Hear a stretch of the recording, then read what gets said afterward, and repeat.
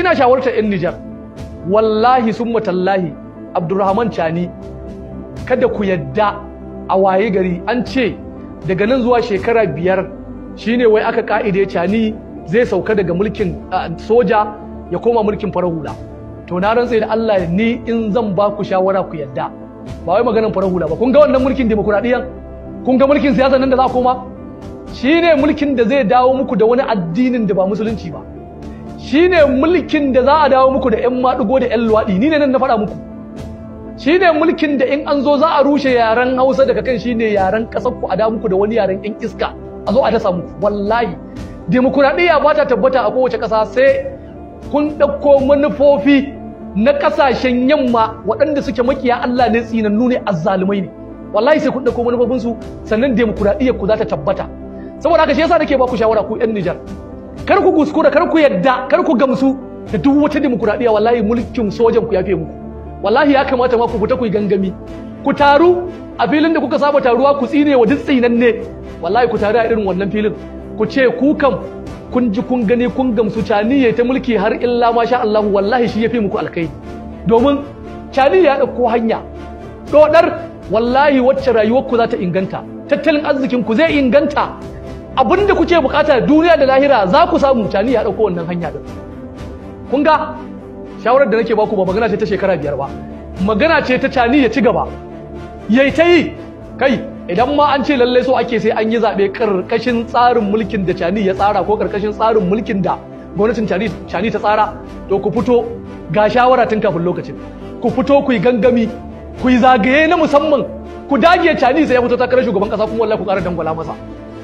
Abin da ya na faɗa muku haka, kun ga na rantse muku da tsarkin mulkin Allah a yanzu 'yan siyasa wallahi tallahi ba ƙwarya bane ballantana a kwankwasa. Kun san sai kun ga mutum kamar na gaske ne, wallahi kun ɗauko shi kun dasa shi ba ku kunya. Wallahi ya kada ku wanwar ya je sayar da ku a inda ba ku zato ba ku tsammani. To ni abin da nake so in gaya muku, idan an dage ma 'yan demokuraɗiyya ko kuma in ce 'yan siyasar ƙasar ku sun ce sai an yi zaɓe, to wallahi Abdurrahman Chani ya fito kamar yadda dan gidan Idris Deby daga mulkin soja ya koma mulkin farar hula. To wallahi tallahi Abdurrahman Chani shi ma ya fito takara, tunda dan Nijar ne shi nagari ma. Kai mu a yanzu a iya lissafin mu Abdurrahman Chani ya fi kowane dan Nijar zama cikakken dan Nijar mai kishinta, domin yayi mun gani. Wallahi shi yasa nake ba ku shawara, lallai nan gaba ko da zabe za a sake, wallahi ku dage ku fito ku ce ku Chani kuke so. Shi za ku dangwala ƙuri'a ya ci gaba daga nan har illa masha Allah.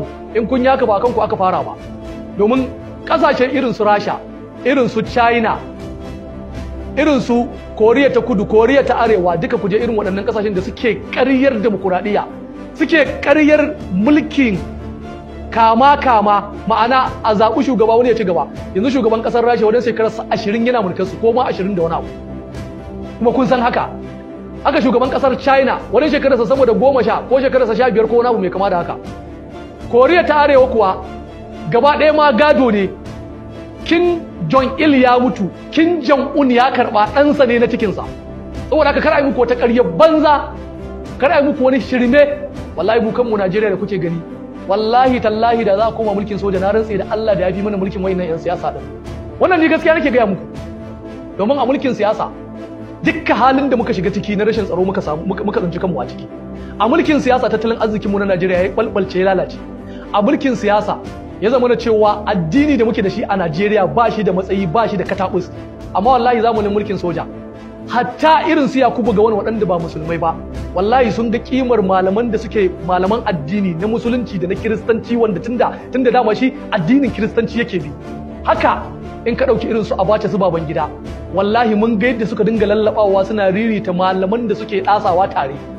Mun ga yadda suka yi amfani da mulkinsu suka ciyar da addini gaba a iya yadda za su iya waɗannan sojojin.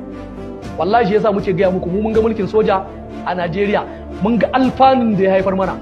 Mun ga na siyasa a yanzu shi muke ciki, kuma mun ga bala'in da muke ciki, kuma kuma shaida ne kun ga halin da muke ciki.